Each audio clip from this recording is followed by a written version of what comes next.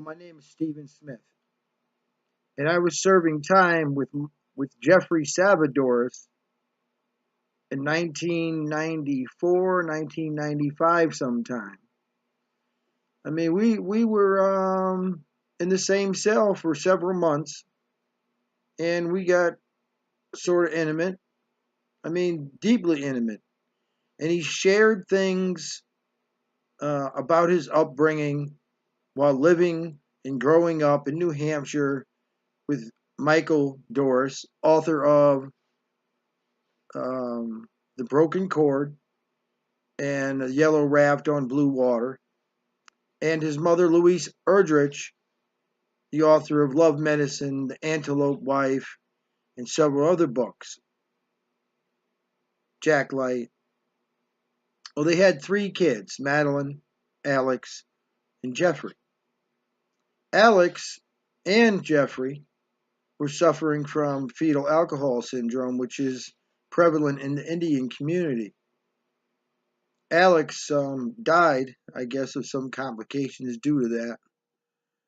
Now, Jeffrey was in jail with me in the Denver County Jail because he was accused of torturing the older woman that he was living with, as a romantic relationship.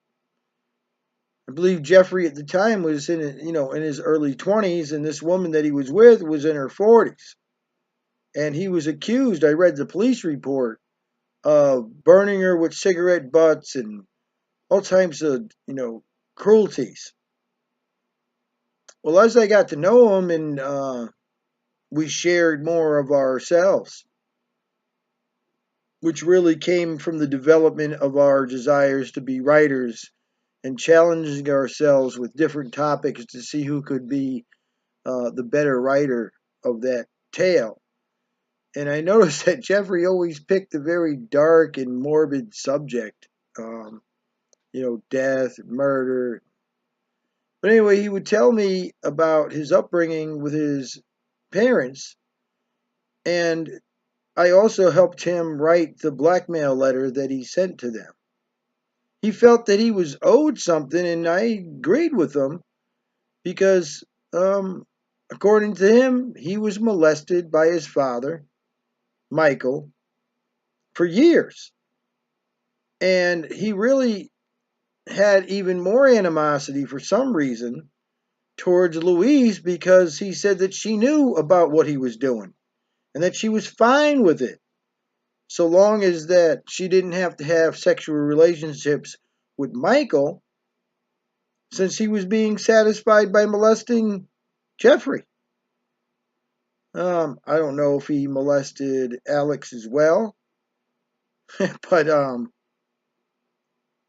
you know, everything that Jeffrey was doing, selling himself at Cheeseman Park as a male prostitute, um, the animosity towards women, it's all indicative of someone that's been abused, child abuse, sexually molested. And when he made those claims against them in the letter and asked them for $50,000, I felt that they should have paid. But instead, they went to the police and they made a complaint and they fought the charges. Well, I was there with him.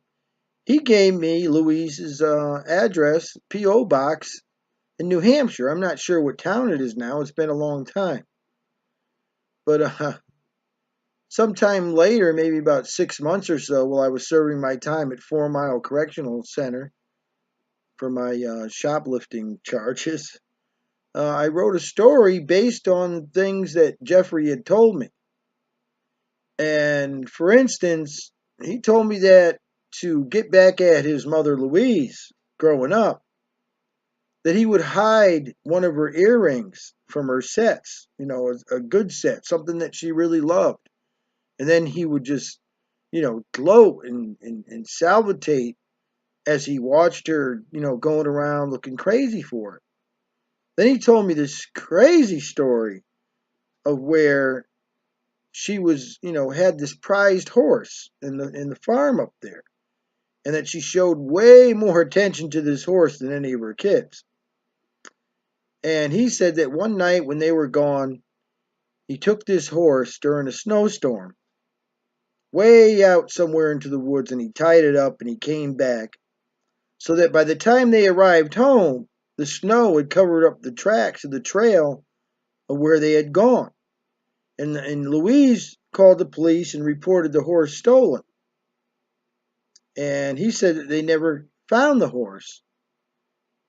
And that now and then, Jeffrey would say as the time went on, he'd be like, Ma, did they find your horse? Where's your horse?